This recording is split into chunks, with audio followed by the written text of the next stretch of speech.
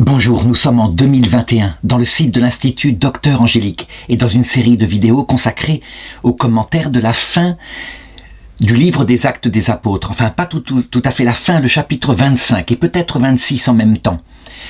Je dirais que ce chapitre-là permet de comprendre comment Saint Paul se sert de toutes les possibilités de la loi romaine puisqu'il est citoyen romain et qu'il ne se précipite pas vers son martyre. Non, que le Seigneur fasse ce qu'il veut de sa vie, mais il sait très bien, le Seigneur le lui a dit, il le sait, il doit rendre témoignage à Rome.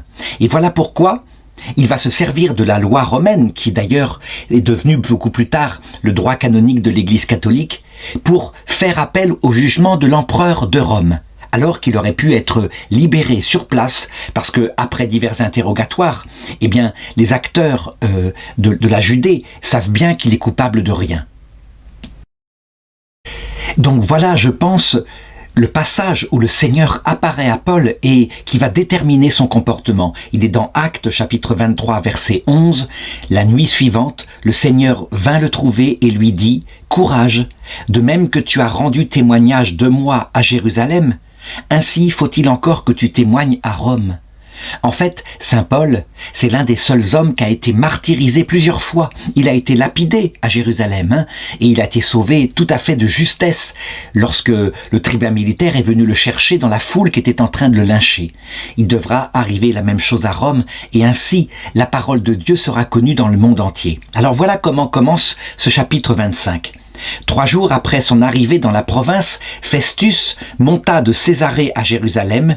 Les grands prêtres et les notables juifs se constituèrent devant lui accusateurs de Paul, lui présentant leurs requêtes. Donc, ça fait 2 ans que Paul est en prison, tenu par Félix, qui essaye, on l'a vu, de gagner de l'argent un petit peu, et puis il veut interroger un petit peu sur sa foi, mais sans se laisser convaincre, Vraiment, c'est par curiosité, un peu comme un chat qui garderait une souris finalement. Et son successeur Festus, eh bien puisqu'il arrive ici, les Juifs se disent qu'il y a peut-être possibilité pour faire avancer leur requête. Ils veulent faire mettre à mort Paul. Ça fait 2 ans qu'ils attendent et donc on le voit, l'acharnement est total, un peu comme il l'a été pour Jésus, sauf que pour Jésus, ils ont réussi à faire ça dans la journée. Ici, eh bien, il y a beaucoup plus de résistance de la part des autorités romaines. Et donc, au lieu de se présenter cette fois avec un avocat comme ils l'ont fait précédemment avec Félix, les Juifs qui ont prévu un attentat essayent de convaincre Festus de le ramener à Jérusalem. Et évidemment, pendant le chemin, ils pensent commettre un attentat, par exemple se jeter sur lui ou l'assassiner d'un coup de couteau. C'est l'habitude des sicaires, les sicaires qui sont très actifs à cette époque-là et qui poignardent dans la rue comme ça. Et évidemment, les gens ne survivent pas. Donc les grands prêtres et les notables juifs se constituèrent devant lui accusateurs de Paul, lui présentant leurs requêtes contre celui-ci. Ils sollicitaient comme une faveur qu'il fût transféré à Jérusalem. Ils préparaient un guet-apens pour le tuer en chemin. Mais Festus, qui avait été prévenu par son prédécesseur Félix, répondit que Paul devait rester en prison à Césarée, que lui-même allait partir tout de suite, que ceux donc d'entre vous qui ont qualité, dit-il, descendent avec moi, et si cet homme est coupable en quelque manière, qu'il le mette en accusation. Donc ce qui est intéressant, c'est de voir que la loi romaine protège les citoyens romains beaucoup plus qu'elle ne protège les citoyens, ou plutôt les non-citoyens romains, comme Jésus qui n'était pas citoyen romain.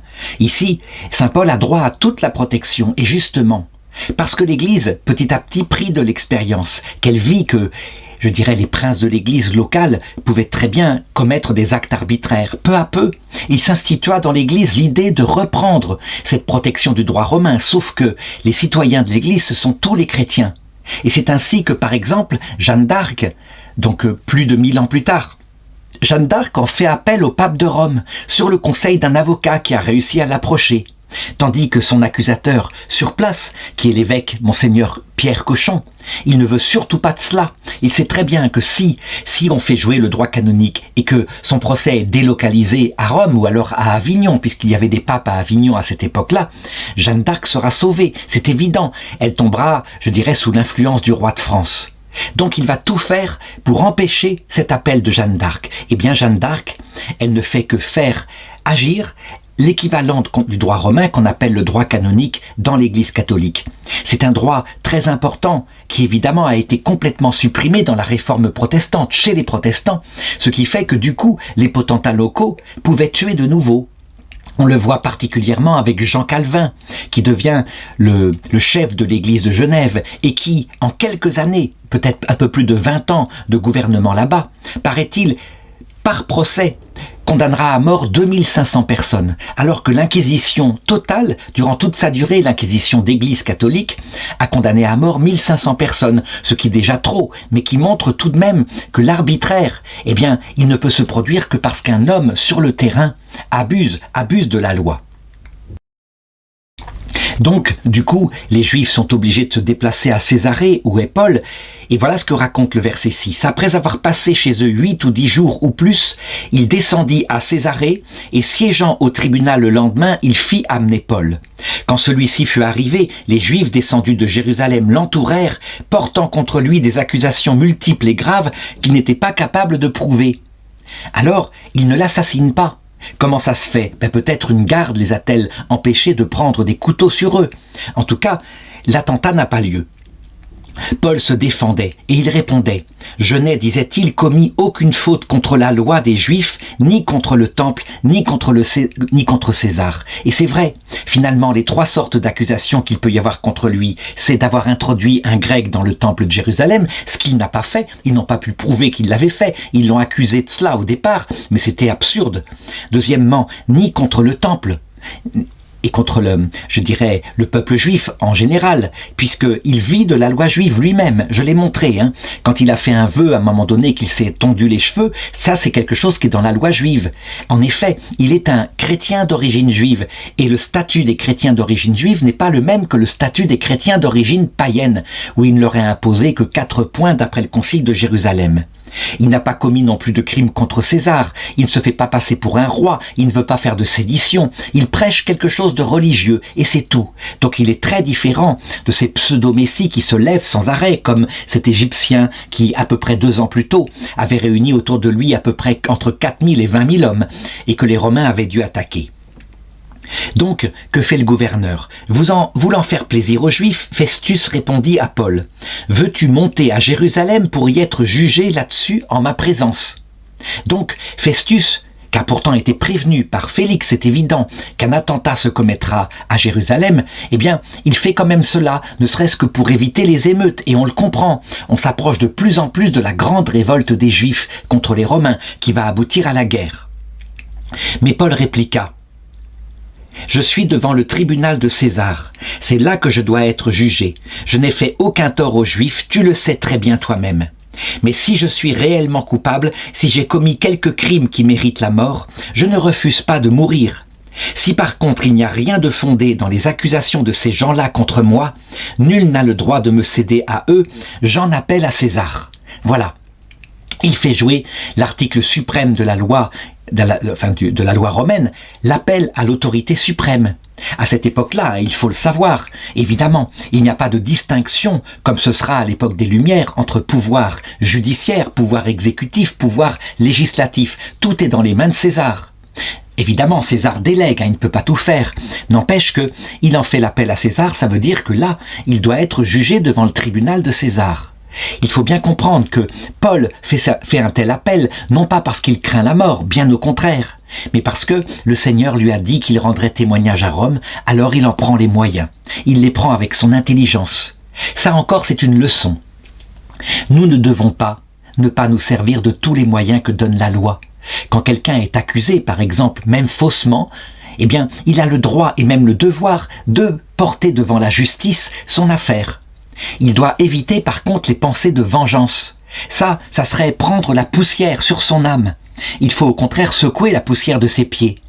Donc Paul, lui, est complètement détaché. Il n'a pas de haine pour ces Juifs et bien au contraire. Quand ils arriveront un peu après lui, puisqu'ils seront pour la plupart mis à mort dans la guerre contre les Romains, eh bien quand ils arriveront de l'autre côté, il se fera leur avocat devant le Seigneur, bien sûr. Mais il doit user de la justice. Donc, il est absolument aberrant de se livrer soi-même volontairement au martyre pour le subir et pour pouvoir en faire quelque chose comme un honneur. Ce serait tenter Dieu. Dieu nous demande de nous servir des moyens qui sont mis à notre disposition, dans la mesure où ils sont honnêtes. Et donc, comme citoyen romain, Festus prend acte.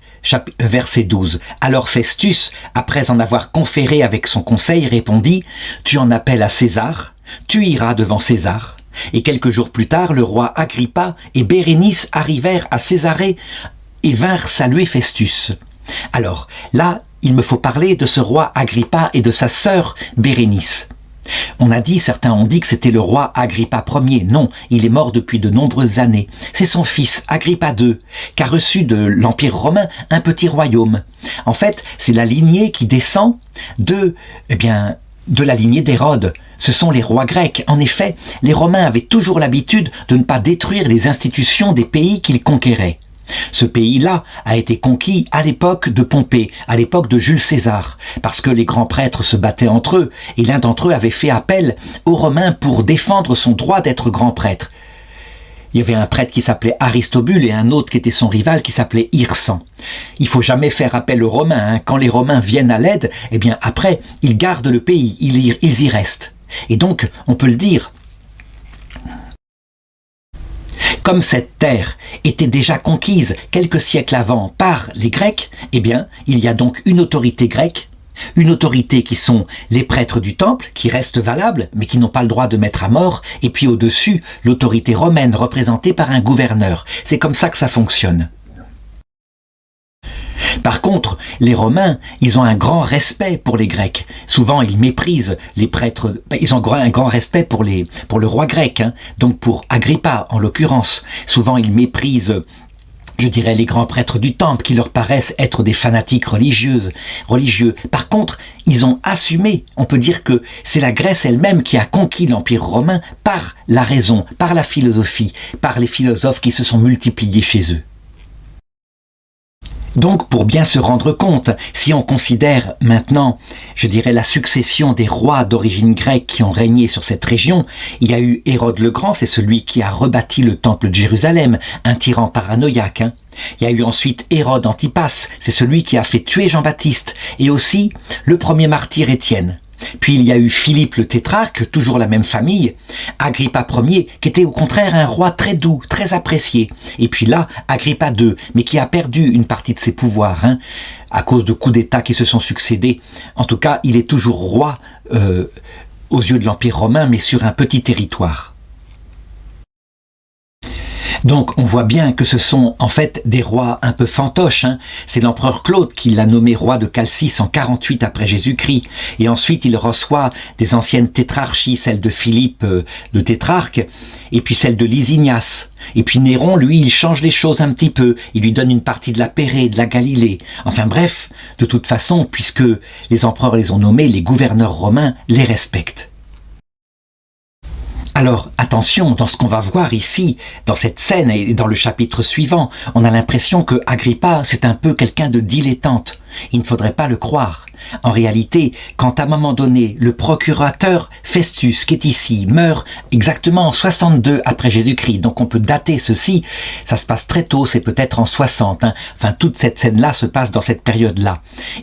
Agrippa, pour une histoire de prêtre qu'il fait nommer à Jérusalem, fera arrêter l'évêque Jacques le Mineur, le frère de Jésus, et le fera exécuter à la demande des prêtres, qui évidemment le considèrent comme un rival, puisque lui, il est le chef de parti nazaréen, donc des juifs qu'il considère comme illégitimes, des juifs chrétiens. En tout cas, ici, dans cette partie du chapitre 22 des Actes des Apôtres, du chapitre 25, Agrippa va voir le gouverneur Festus et il dit « Je voudrais moi aussi entendre cet homme ». Et Festus, évidemment, l'accepte. « Demain, tu l'entendras ». Alors, pour quelle raison veut-il l'entendre? Est-ce que c'est par intérêt philosophique ? Parce que c'est un grec? Oui, peut-être. Mais aussi peut-être à cause de sa sœur, qui s'appelle Bérénice, et qui peut-être, elle, est intéressée d'entendre ce que c'est que cette voie nouvelle, cette façon nouvelle d'être juif, qui peut-être lui plaît beaucoup. Donc le lendemain, Agrippa et sa sœur Bérénice vinrent en grande pompe et se rendirent à la salle d'audience entourés des tribuns et des notabilités de la ville. Sur ordre de Festus, on amena Paul. Donc, ils se montrent ici dans la pompe de leur royauté. Ils veulent l'écouter, mais en tant que roi, pas en tant qu'égal, pas à titre d'entretien privé. Quant au gouverneur Festus, eh bien, il joue un peu le rôle de juge suprême. Il est là, et puis il leur présente un peu l'acte d'accusation qu'il y a contre Paul. C'est ce qui est raconté au verset 25. Festus dit alors, « Roi Agrippa, et vous tous ici présents avec nous, vous voyez cet homme au sujet duquel la communauté juive tout entière est intervenue auprès de moi, tant à Jérusalem qu'ici, protestant à grands cris qu'il ne fallait pas le laisser vivre davantage. » Pour moi, j'ai reconnu qu'il n'a rien fait qui mérite la mort, donc il prend évidemment le même décret que son prédécesseur Félix. Cependant, comme il a lui-même appelé à l'auguste empereur, j'ai décidé de le lui envoyer. Je n'ai rien de bien précis à écrire au Seigneur sur son compte, c'est pourquoi je l'ai fait comparaître devant vous, devant toi surtout, roi Agrippa, afin qu'après cet interrogatoire, j'ai quelque chose à écrire. Il me paraît absurde en effet d'envoyer un prisonnier sans indiquer en même temps les charges qui pèsent sur lui.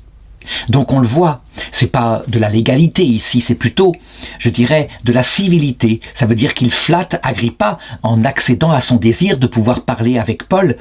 Et donc, eh bien, Paul va pouvoir ainsi témoigner. Je m'arrête ici, je commenterai le chapitre 26 qui commence à cet instant dans la prochaine vidéo. Et je le commenterai avec une très grande précision parce que je crois qu'il est très intéressant. Il montre simplement comment Paul, en général, témoignait.